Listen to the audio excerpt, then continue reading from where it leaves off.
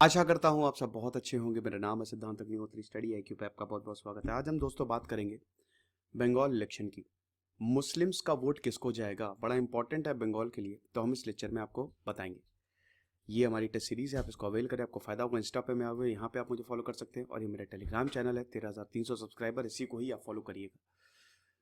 तो कांग्रेस और left front ने एक डील क्रैक कर ली है ISF, इंडियन सेक्युलर फ्रंट के साथ। अब ये जो पार्टी है पीरजादा अब्बास सिद्दीकी की पार्टी है, पिछले महीने बनाई थी, और काफी इन्फ्लुएंशियल क्लरिक है जो कि फुरफुरा शरीफ श्राइन है वहां के, वेस्ट बंगाल हुगली डिस्ट्रिक्ट। तो ये नई पार्टी है ISF, स्पेशली मुस्लिम क्लरिक्स ने बनाई है। तो इसमें आप समझ सकते हैं कि धर्म गुरुओं का साथ है। और यहां पे कांग्रेस प्लस लेफ्ट फ्रंट, देखिए लेफ्ट फ्रंट तो 3 दशकों तक था, ये आपको पता ही है। बंगाल की पॉलिटिक्स मैंने पूरी कवर की हुई है, ज्योति बसु की बायोग्राफी, ममता बनर्जी की बायोग्राफी। 2011 से ममता बनर्जी की तृणमूल कांग्रेस है, और 2016 में जो विधानसभा के इलेक्शन हुए थे उसने तो तृणमूल कांग्रेस ने सुपड़ा साफ कर दिया था। 211 सीटें जीती थी, बीजेपी को खाली 2 सीटें मिली थी। 44 सीटें कांग्रेस को, और लेफ्ट फ्रंट को कितनी 26-26 सीटें मिली थी, आप देख लीजिएगा, थोड़ा चेक कर लीजिएगा। तो यहां पे एक नई पार्टी फॉर्म हो गई है और एक अलायंस हो गया है। कांग्रेस, लेफ्ट फ्रंट और इंडियन सेक्युलर फ्रंट, इन तीनों ने अलायंस कर लिया है। तो अब एक तरीके से मुकाबला बहुत कड़ा होने वाला है, क्योंकि एक तरफ है बीजेपी, दूसरी तरफ है ISF, यही इंडियन सेक्युलर फ्रंट जिसमें 3 पार्टी आ गई, और तीसरी तरफ है तृणमूल कांग्रेस, और फिर OSC की AIMIM है जो बंगाल में इलेक्शन लड़ेगी। तो अब देखेंगे दोस्तों, हालांकि पिछले साल कांग्रेस लेफ्ट का प्रदर्शन बहुत अच्छा नहीं था, लोकसभा में खाली 2 सीटें ही मिली थी 2019 के जो इलेक्शंस हुए थे। अब देखिए, मुस्लिम वोट जो है वो बहुत मैटर करता है साउथ बंगाल में, क्योंकि वहां पे मुस्लिमों का स्ट्रांग होल्ड बहुत ज्यादा है। तो अगर TMC की बात करें तो 2011 में TMC को, तृणमूल कांग्रेस को, अच्छा खासा मुस्लिम सपोर्ट मिला था, और मुस्लिम सपोर्ट के बिना साउथ बंगाल में जीतना भी थोड़ा सा मुश्किल है। तो यहां पे जो रिलीजियस लीडर्स है, अब भैया ये एक रिलीजियस ही पार्टी है, ठीक है, क्योंकि भाई इसमें इन्फ्लुएंशियल क्लरिक्स इन्वॉल्व है ना, धर्मगुरु इन्वॉल्व है। तो जितने भी रिलीजियस लीडर्स हैं, इन्फ्लुएंशियल क्लरिक्स हैं, उन्होंने बोला था मुस्लिम से कि आप TMC को वोट करो, और वहां पे इन लोगों की बहुत ज्यादा सुनी जाती है। तो इसीलिए ममता बनर्जी को भर भर के वोट मिले, और ये 2016 में भी रिपीट हुआ था। लेकिन इस बार क्या है कि अलग ही पार्टी बना ली है ना, आप देख ही सकते हैं कि इन्होंने अलग ही पार्टी बना ली, ISF। तो अब हुआ क्या है कि वोट जो है ना वो बटेंगे नहीं। देखो, ये जो मूव है इससे डेफिनेटली TMC को ज्यादा फायदा होगा। मुस्लिम डोमिनेटेड एरिया कौन कौन से, मालदा, मुर्शिदाबाद, नॉर्थ दिनापुर, ये नॉर्थ बंगाल में है। यहां पे कांग्रेस का स्ट्रांग होल्ड रहा है, लेकिन साउथ बंगाल की बात करें तो वहां पे मुस्लिम का भी स्ट्रांग होल्ड है। तो देखिए, वैसे तो पूरे बंगाल में मुस्लिम का, हर जगह ही मुस्लिम होते हैं, तो भैया अपीजमेंट की पॉलिटिक्स हर जगह होती है, ठीक है। हिंदुओं को भी अपीज किया जाता, मुस्लिमों को भी, क्योंकि हर पार्टी को वोट चाहिए, बिना वोट के तो वो जीत ही नहीं सकती हैं। तो हुआ क्या था कि जैसे AIMIM की बात करें, अब बिहार में जब इलेक्शन हुआ, अभी हाल ही में बिहार में असेंबली इलेक्शंस हुए, ये जो छोटी छोटी पार्टीज होती है, हालांकि AIMIM बड़ी पार्टी है, मतलब जो बहुत ज्यादा जीत नहीं पाती ना, वो दूसरे के वोट को काट देती है। तो अब अगर मान लीजिए कि ISF अलग लड़ती, तो समझिए कि वोट जो हैं वो कट जाते, वो बट जाते, और सबसे ज्यादा इसमें नुकसान होता TMC को। लेकिन अब कांग्रेस, लेफ्ट और यहां पे तीनों साथ में आ गई हैं जो पार्टीज हैं, तो अब यहां पे फायदा होगा TMC को, क्योंकि वोट नहीं कटेंगे ना। आप खुद समझो कि अगर 6 पार्टी हैं, 6 पार्टी और एक पार्टी इसमें बहुत ज्यादा स्ट्रांग है, बाकी 5 पार्टी इतनी स्ट्रांग नहीं है, तो जो वोट मिलेंगे वो 5 पार्टियों में बट जाएंगे ना। लेकिन अब आप खुद सोचिए कि मान लीजिए कि 3-3 पार्टी के 2 ग्रुप हो गए हैं, तो अब जो बड़ी पार्टी है वो एक ग्रुप में है। अब वोट या तो एक ग्रुप को मिलेंगे या दूसरे ग्रुप को मिलेंगे, यानी कि जो वोट कटने थे वो कटेंगे नहीं, वो सीधा उनको जाएंगे। ऐसे में क्या होता है कि जो वोट TMC को मिलने थे वो बाकी तीनों में कट जाएंगे। लेकिन क्योंकि अलायंस हो चुका है, तो अब वोट कटने की संभावनाएं बहुत ज्यादा कम है, और यह बिहार में हुआ था।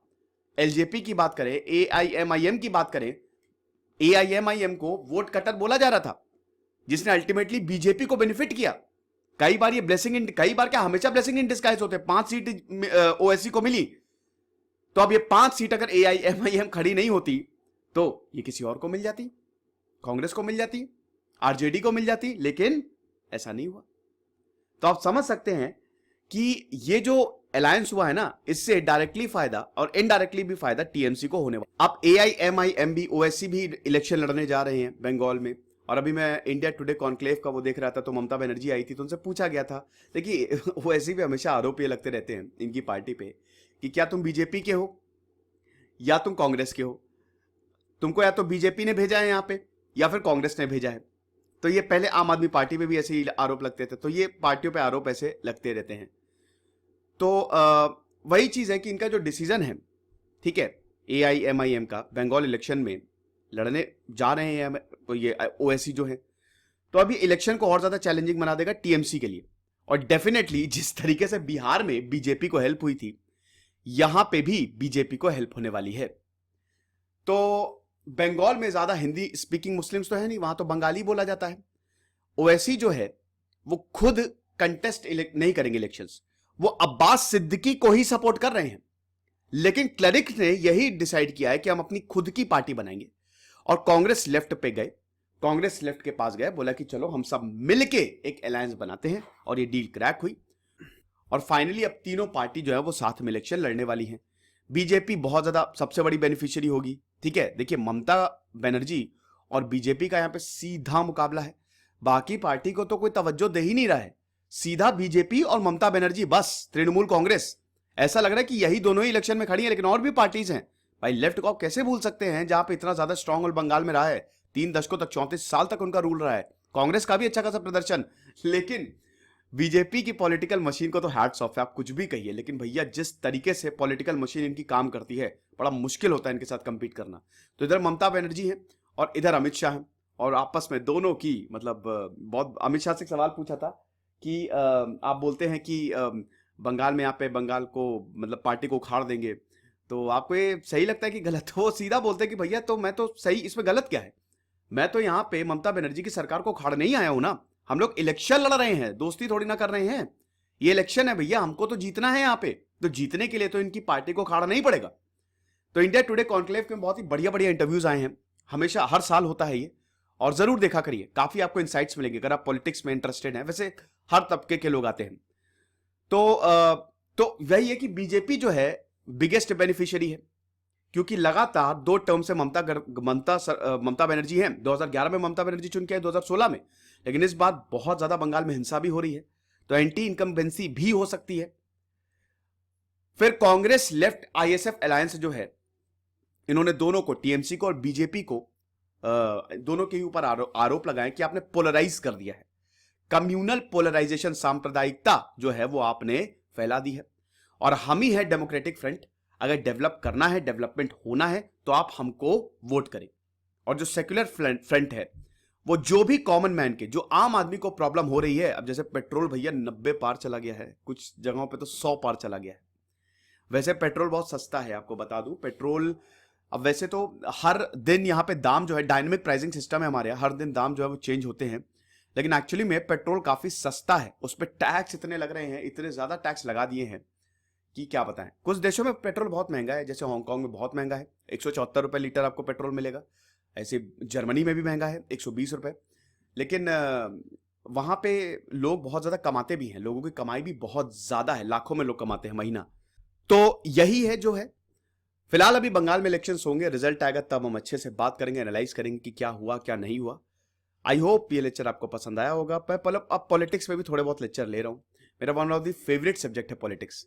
खुश रहिए, पढ़ते रहिए। दिस इज सिद्धांत अग्निहोत्री, साइनिंग ऑफ।